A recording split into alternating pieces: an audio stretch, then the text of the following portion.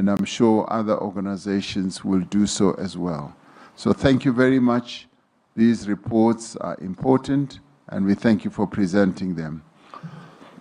Your Excellencies, ladies and gentlemen, I now take you to the second session, A Resilient World, the G20's Contribution, Disaster Risk Reduction, Climate Change, Just Energy Transitions, and Food Systems.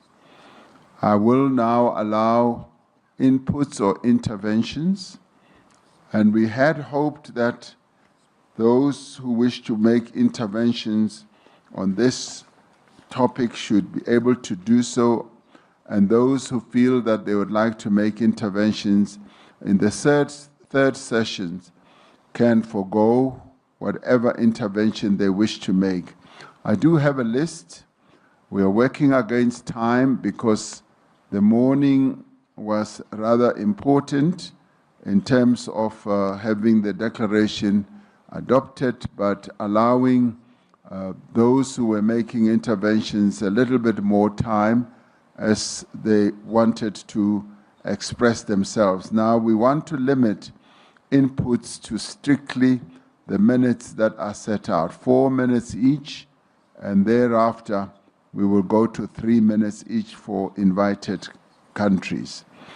I will make my intervention later, and I would now like to ask President Lula da Silva, the President of the Federative Republic of Brazil, to make his intervention in this regard.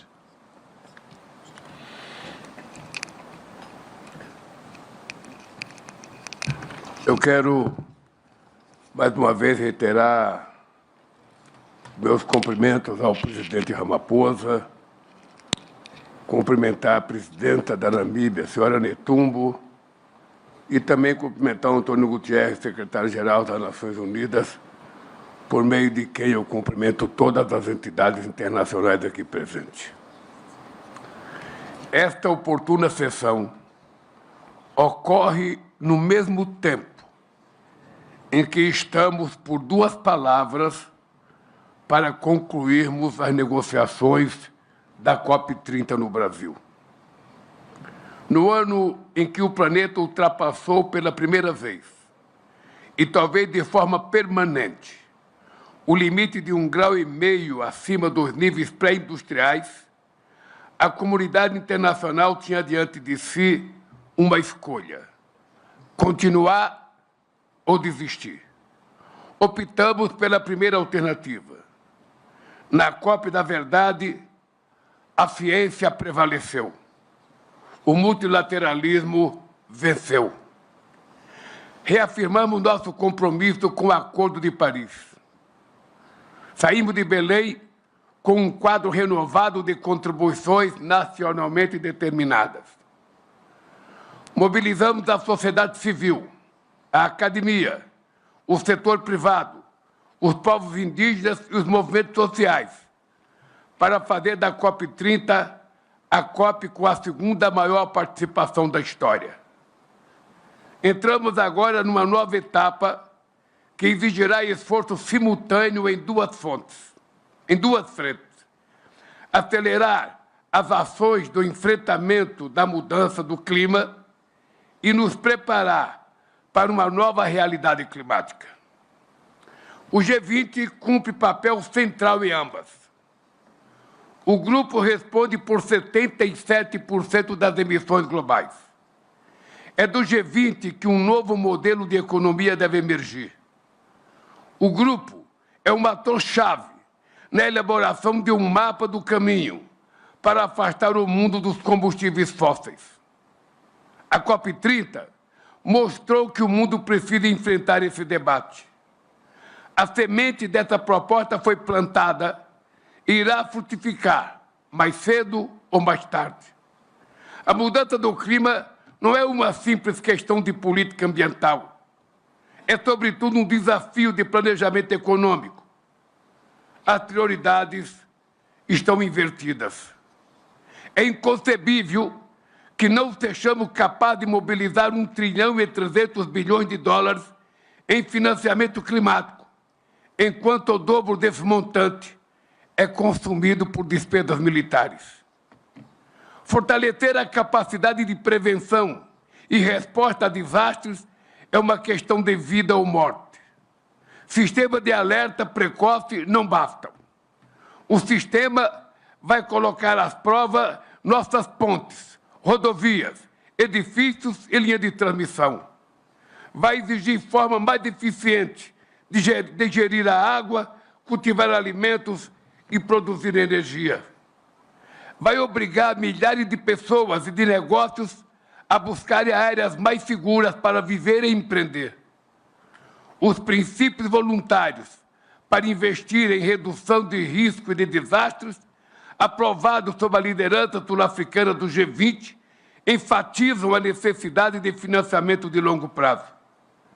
Construir resiliência não é gasto, é investimento. Para cada dólar investido em adaptação, ganha-se 4 dólares em prejuízos evitados e outros benefícios sociais e econômicos. Mas um mundo resiliente não se faz apenas com infraestrutura. Quando alguém é atingido por um evento extremo, são as políticas públicas do Estado que ajudam a se reerguer. Contudo, cerca da metade da população mundial não conta com proteção social. Quase 700 milhões de pessoas ainda sofrem com a fome. Vai contra nosso sentido mais elementar de justiça permitir que as maiores vítimas da crise climática sejam aquelas que menos contribuíram para causá-la. O Brasil lançou na COP30 a Declaração de Belém sobre fome, pobreza e ação climática, centrada nas pessoas. Nela, reforçamos 3 compromissos: fortalecer a proteção social, apoiar pequenos produtores e garantir alternativas de vida sustentáveis para comunidades que vivem nas florestas. O G20 pode proteger cadeias alimentares por meio de medidas como compras públicas e seguros rurais. Também pode remunerar quem preserva as florestas por meio do Fundo Florestas Tropicais para Sempre, lançado na COP30. Só haverá transição justa se o G20 liderar o caminho. Como nos ensinou Nelson Mandela, tudo parece impossível até que seja feito. A hora de fazer é agora. Muito obrigado.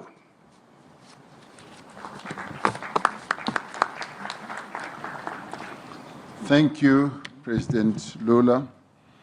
I'd now like to ask His Excellency President João Manuel Lorenzo, the President of the Republic of Angola and the Chairperson of the African Union, to take the floor. Muito obrigado. Sua Excelência Cyril Ramaphosa, Presidente da República da África do Sul e Presidente do G20, Suas Excelências, minhas senhoras, meus senhores, Excelências. A recuperação global após a pandemia da Covid-19 realçou a importância de um mundo resiliente. Contudo, o nosso planeta e as populações continuam a enfrentar efeitos e impactos catastróficos do aquecimento global. As alterações climáticas são uma realidade e têm vindo a afetar gravemente a segurança alimentar, ao perturbarem os sistemas alimentares, para além de gerarem conflitos e provocar deslocações de pessoas, agravando ainda mais a crise humanitária existente. O novo Programa Abrangente de Desenvolvimento Agrícola para a África, a Estratégia de Kampala e o Plano de Ação 2026-2035 focam-se na construção de sistemas agroalimentares resilientes e sustentáveis. O Programa Abrangente de Desenvolvimento Agrícola para a África, em particular com o Grupo de Trabalho do G20 para a Segurança Alimentar, criado pela Presidência Sul-Africana, em conjunto com as organizações internacionais relevantes, como a FAO e o PAM, continuará a apoiar a implementação da Aliança Global contra a Fome e a Pobreza, lançada durante a presidência do G20 do Brasil. Aplaudimos as abordagens inspiradas na filosofia africana sobre segurança alimentar e nutrição. Enaltecemos a liderança da presidência sul-africana no avanço da Agenda Global de Segurança Alimentar e Nutricional através da criação deste grupo de trabalho e propomos a sua continuidade no âmbito do nosso programa. Excelências, as transições para uma energia justa e verde requerem a estabilização sine qua non da situação de paz e segurança, particularmente em África, além do reforço da resiliência e do facto de que a resposta e preparação para desastres naturais deve permanecer no centro das nossas preocupações. Neste sentido, em alinhamento com a estratégia da União Africana sobre as alterações climáticas e desenvolvimento resiliente, saudamos os resultados da COP30, realizada recentemente em Belém do Pará, no Brasil, incluindo respectivos mecanismos de financiamento verde e azul para regiões e países fortemente impactados pelas alterações climáticas. Considero que o G20 deve reafirmar o seu firme compromisso com a Convenção Quadro das Nações Unidas sobre as Alterações Climáticas e o Acordo de Paris, e mobilizar esforços para acelerar a plena implementação de todos os objetivos, metas e mecanismos acordados, especialmente no que respeita ao financiamento climático. Convictos da importância vital de investir nas transições energéticas, na tecnologia e nas infraestruturas, Angola, na qualidade de presidente da União Africana, assumiu a liderança na Congregação dos Parceiros de Desenvolvimento de África para a busca de soluções adequadas para o financiamento das infraestruturas continentais críticas. Agradeço o apoio dos líderes e países do G20, assim como das instituições internacionais que se associaram a nós nesta relevante missão. Excelências, esta cimeira do G20 reveste de um caráter fundamental para a renovação e o reforço dos nossos compromissos coletivos multilaterais em prol do avanço de um desenvolvimento global equitativo. Para este efeito, o continente africano contribuirá de forma ativa por intermédio da Zona de Comércio Livre Continental Africana, um dos maiores mercados econômicos integrados do mundo. Em paralelo e tendo em conta a abundância de recursos naturais críticos e estratégicos de que dispõe, as vastas reservas de biodiversidade e o seu potencial demográfico, a África terá um papel incontornável nos contributos que prestará para impulsionar a transição verde à escala global. Concretizaremos este objetivo com o envolvimento de todos nós. Muito obrigado pela atenção prestada. Thank you, President Lorenzo. We will start to pick up pace, as I will ask the interventions to stick to the time allocated. I now ask His Excellency Prime Minister of Australia, Anthony Albanese, to take the floor. Well, thank you very much, President Ramaphosa. Each and every one of our nations is home to unique natural treasures, and all of our citizens are living with the environmental reality of climate change. Australians have always known drought, floods and bushfires, but they're more intense and they're more frequent. And as we meet here today, there is a cyclone has hit Darwin with devastating impact on that community in Australia's north. The truth is that climate change carries a human toll for communities battling natural disasters and for those who depend upon the land for their livelihood. It has a devastating impact on our economies. So the argument that somehow you can take action on climate change or support economic growth is a false one. We need to deal with the challenge of climate change in order to ensure that our economies can grow. It is critical that we embrace clean energy, and this represents a generational economic opportunity. The G20 enables us to bring global ambition and global cooperation to this task. And the vital message that we must send to the world is that action on climate change is not a matter of asking any nation to forego the jobs, prosperity or security that its people deserve. It's about working with every nation to power the next generation of economic growth while protecting the environment for generations to come.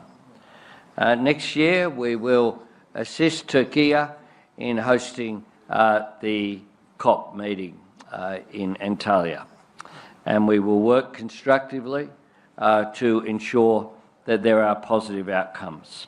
South Africa's prioritisation of disaster resilience during your G20 presidency reflects the pressing need for collective action, and Australia is proud to be matching our words with actions. At the UN in September, I announced our new 2035 emissions reduction target of 62% to 70% by then. Our target is ambitious, but importantly, it is achievable. It provides the certainty for new national and global investment in jobs and industries of clean energy. At home, Australia is investing in our Disaster Ready Fund to support communities devastated by these natural disasters. In our region, we're supporting the Pacific family to respond to natural disasters and prepare for them with our Australian Humanitarian Partnerships $100 million Disaster Ready program, and we've put in an additional $100 million into the Pacific Resilience Facility that will be so important going forward. We're also investing in climate-smart agricultural practices, and here on the African continent, the Africa-Australia Partnership for Climate-Responsive Agriculture aims to guard against food shortages. Colleagues, none of our nations are immune from the environmental challenges of climate change. All of our citizens can benefit from the opportunities of clean energy. As a forum and as leaders, we have a responsibility to our children and grandchildren and the generations to come to make sure that we choose to do the right thing, not choose between protecting our environment or securing our prosperity. We can do both, and indeed we must do both, because each depends on the other.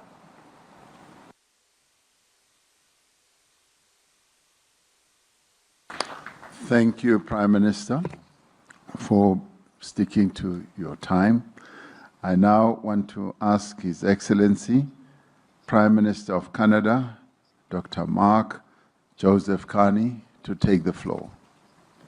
Thank you, Chair. I will try to follow the Australian example. Let me start. This session is on resilience, and I want to join others who pointed out in the first session the fragility of armed conflict, condemning the Russia's illegal, unjustified and barbaric invasion of Ukraine, the appalling conflict in Sudan, and our support for all efforts that can lead to just and lasting peace. Now let me speak to climate change. It's been over a decade that we've realized that past is not prologue with respect to climate change. In other words, the tail risks of yesterday become the central scenarios of today. Tipping points are now being realized, and I want to give an example. 2 years ago, the forest fires in Canada alone made Canada the fourth largest emitter of carbon in the world. We have the example of the Darwin cyclone. This year, forest fire damage forests bigger than Sierra Leone, to give orders of magnitude. So we need action on all levels: mitigation, adaptation, and resilience. International collaboration is crucial. I want to thank our hosts, South Africa, Mexico, and others who send firefighters to Canada to help fight the fires. Coordination through early warning systems. The wildfire satellite system that we're putting in place as part of the G7 global public good, the work of the G20 in disaster risk reduction. Nature-based solutions. We're working towards our 30-30 commitment under the Montreal Kunming Protocol. I want to support the Tropical Forest Financing Facility of Brazil's COP as well as the broader effort, and congratulate them on that. In terms of our own mitigation, I'll just frame it as follows. We view addressing climate change as a moral duty, but also a commercial imperative, as Prime Minister Albanese just intimated. So our strategy on reducing emissions is a climate competitiveness strategy because it will make our businesses stronger. I referenced in my earlier comments blended finance. I'll just reinforce those, the importance of those efforts, including through the World Bank and beyond. But I want to highlight a few other issues before my time is up. First, the importance of high-integrity, standardized carbon markets that have the potential to shift capital flows to those most affected by climate change, including being integrated with JETPs, such as the JETP here, changing the incentives and the financial calculations to decarbonize. I'd suggest that we can catalyze enormous private sector demand for these credits by committing AI data center development to be carbon neutral. We need a price on carbon. I salute my neighbor, the European Union, in pricing carbon and putting in place a CBAM. I'm going to conclude by drawing attention to the situation of one of the members around this table, and I hope Prime Minister Holness of Jamaica will allow me. The economic cost of Hurricane Melissa is about 40% of Jamaica's GDP.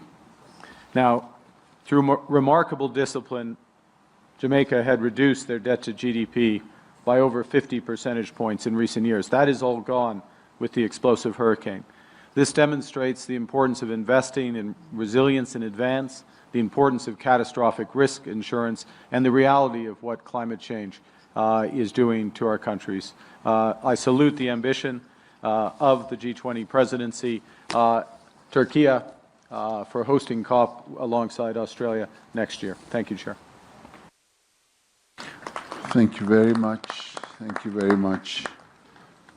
The challenge that Jamaica faced is a really sad story, and putting the figures that you have, Prime Minister Carney, just makes the case much more a devastating one. Your Excellencies, I am receiving requests for countries who want to forgo their right to speak. That is very welcome because that shortens our list so that we can finish in time to go and have the time to have the dinner that has been prepared.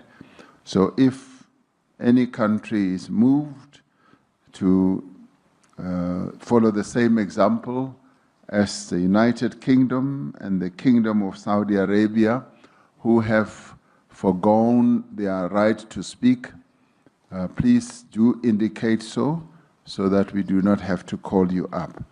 My next speaker who will be making an intervention is His Excellency, the Premier of the People's Republic of China, His Excellency Li Qiang.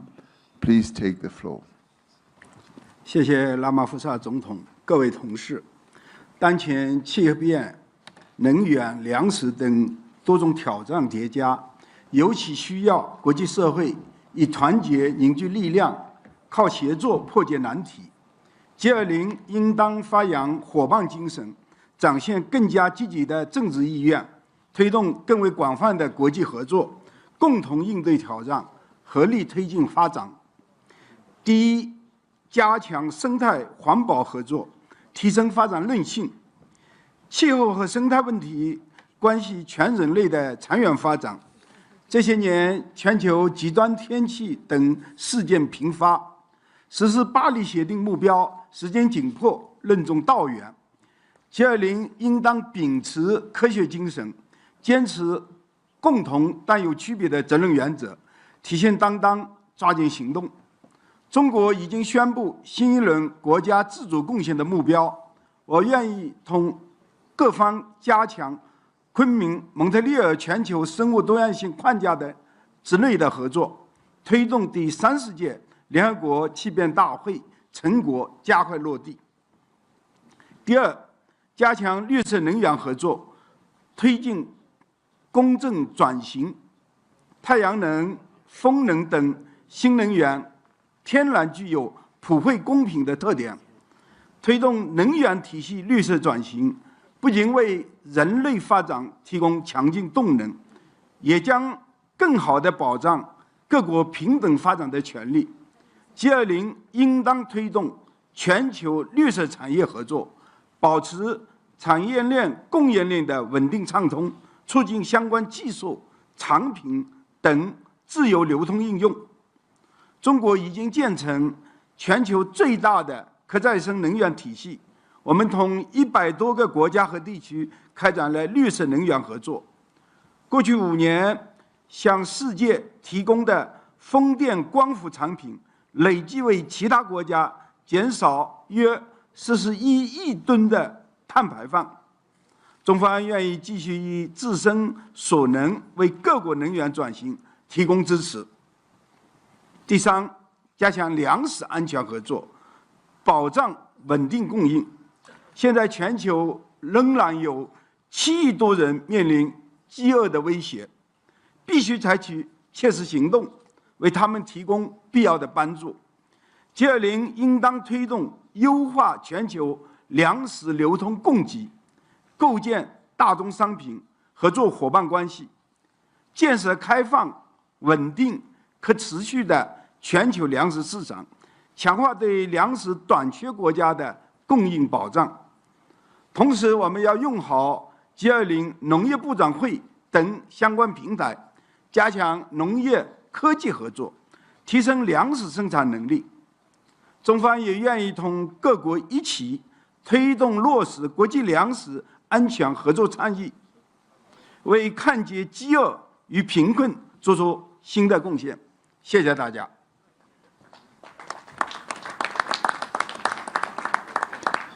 Thank you, Premier Lee. I now ask His Excellency Antonio da Costa, the President of the European Council, to take the floor. Thank you, Mr. President. Natural and man-made disasters are happening more and more often. They are increasing in intensity and having devastating consequences worldwide. The threat to our communities, our environment, and our prosperity is very real. Take the case of wildfires. In 2025 alone, the equivalent of 1/3 of land size of Argentina has burned down. The European Union strongly supports the approach, priorities, and efforts of the South African presidency of G20 on disaster risk reduction, the ex-post approach. But in this session, I choose to talk about root causes. Yes, climate change is real, and together with biodiversity loss and pollution, it can still be stopped. Despite progress, global pledges to cut emissions are not sufficient to limit the rise of temperatures to 1.5 degrees warming. The European Union is a global leader in this effort, and we are staying the course, fully committed to the Paris Agreement. A couple of weeks ago, we committed to an ambitious intermediate goal of reducing emissions by 90% by 2040.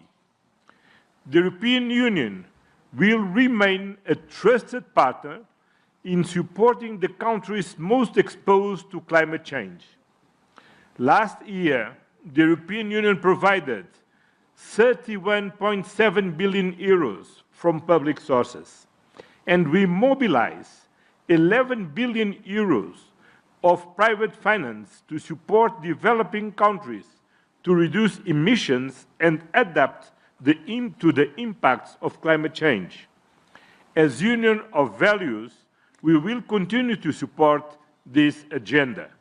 But we cannot do this alone, and we invite all G20 members to join us in taking bold collective action to secure a sustainable future for all.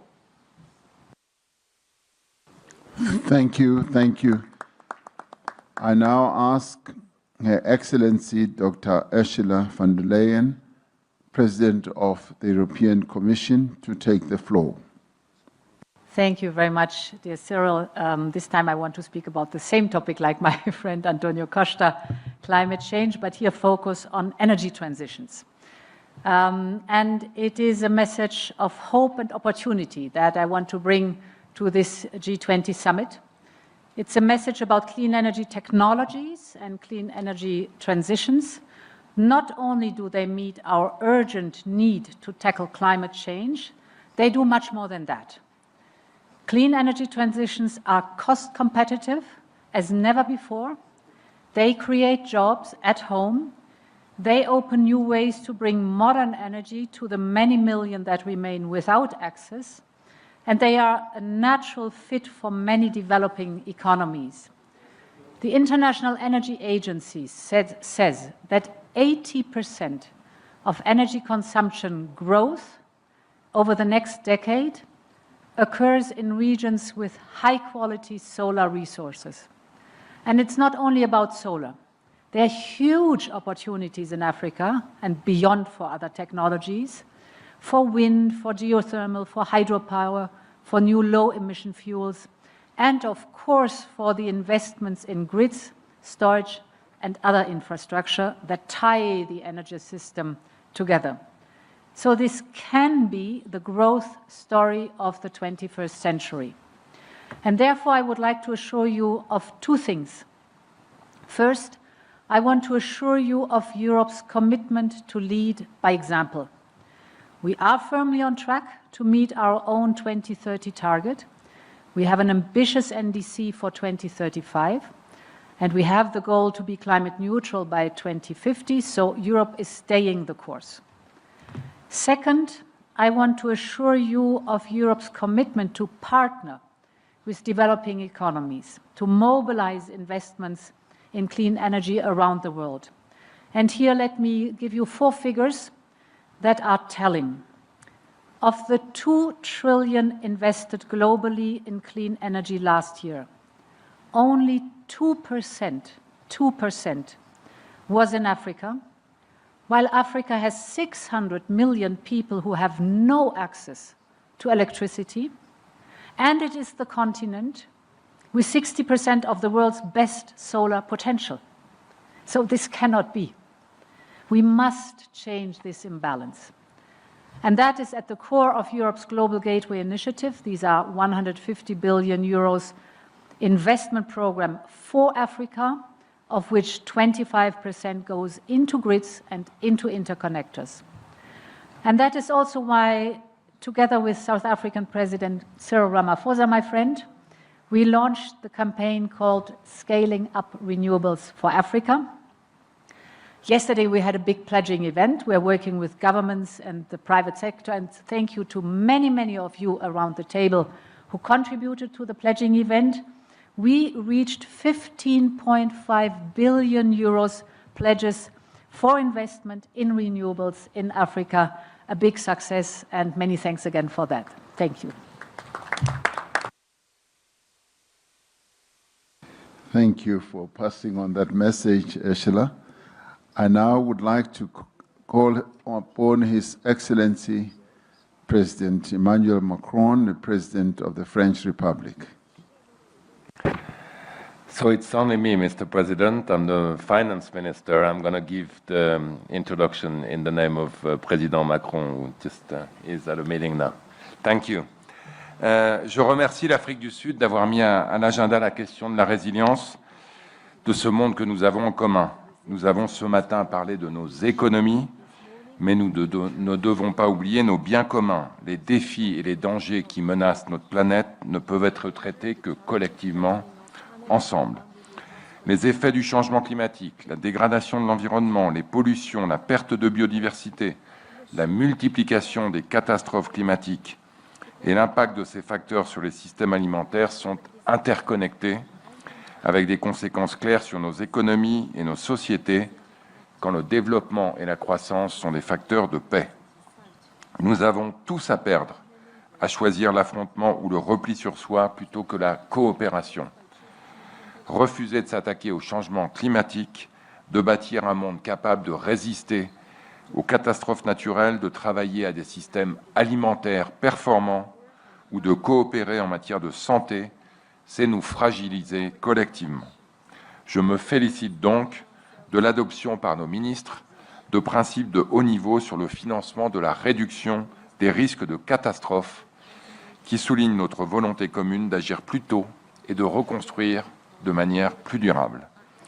À l'image des catastrophes naturelles de plus en plus nombreuses à cause du changement climatique, les pandémies ne connaissent pas de frontières. Je me réjouis donc de l'accord mondial sur la prévention, la préparation et la riposte face aux pandémies. Cette adoption représente une victoire claire pour le multilatéralisme. C'est une avancée majeure pour notre sécurité sanitaire qui consacre pour la première fois dans le droit international l'approche une seule santé, One Health. Cette approche, elle doit être notre boussole pour promouvoir l'inclusion systématique des enjeux de santé animale et de santé de nos écosystèmes pour élaborer des politiques publiques vertueuses. L'engagement de la France se traduit par le One Health Summit que nous accueillerons à Lyon le 7 avril prochain. Ce sommet doit parvenir à des engagements ambitieux, des solutions innovantes et des initiatives concrètes pour répondre de façon durable aux problèmes prioritaires touchant la santé quotidienne de nos populations. La santé ne peut en effet plus se penser sans la sécurité alimentaire ni une alimentation saine, car l'obésité est en train de devenir une pandémie. Rien n'est possible sans accès à l'alimentation, ni l'éducation, essentielle pour une croissance économique durable, ni la paix, ni même le progrès démocratique. C'est la raison pour laquelle nous restons pleinement engagés, à l'instar de notre coprésidence de la Coalition pour l'alimentation scolaire, du Programme alimentaire mondial et de l'accueil du sommet Nutrition for Growth, qui a confirmé la forte mobilisation politique sur ces enjeux avec des engagements financiers à hauteur de 30 milliards de dollars. Et c'est pour ça également que cette question sera au cœur du sommet Africa Forward, organisé par notre partenaire kényan en mai 2026 à Nairobi.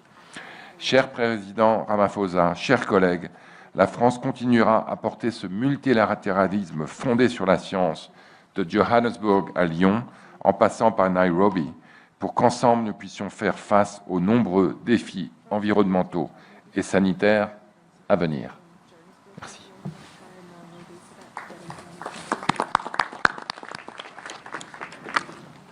Thank you. I now want to give the opportunity to His Excellency Friedrich Merz, the Chancellor of the Federal Republic of Germany.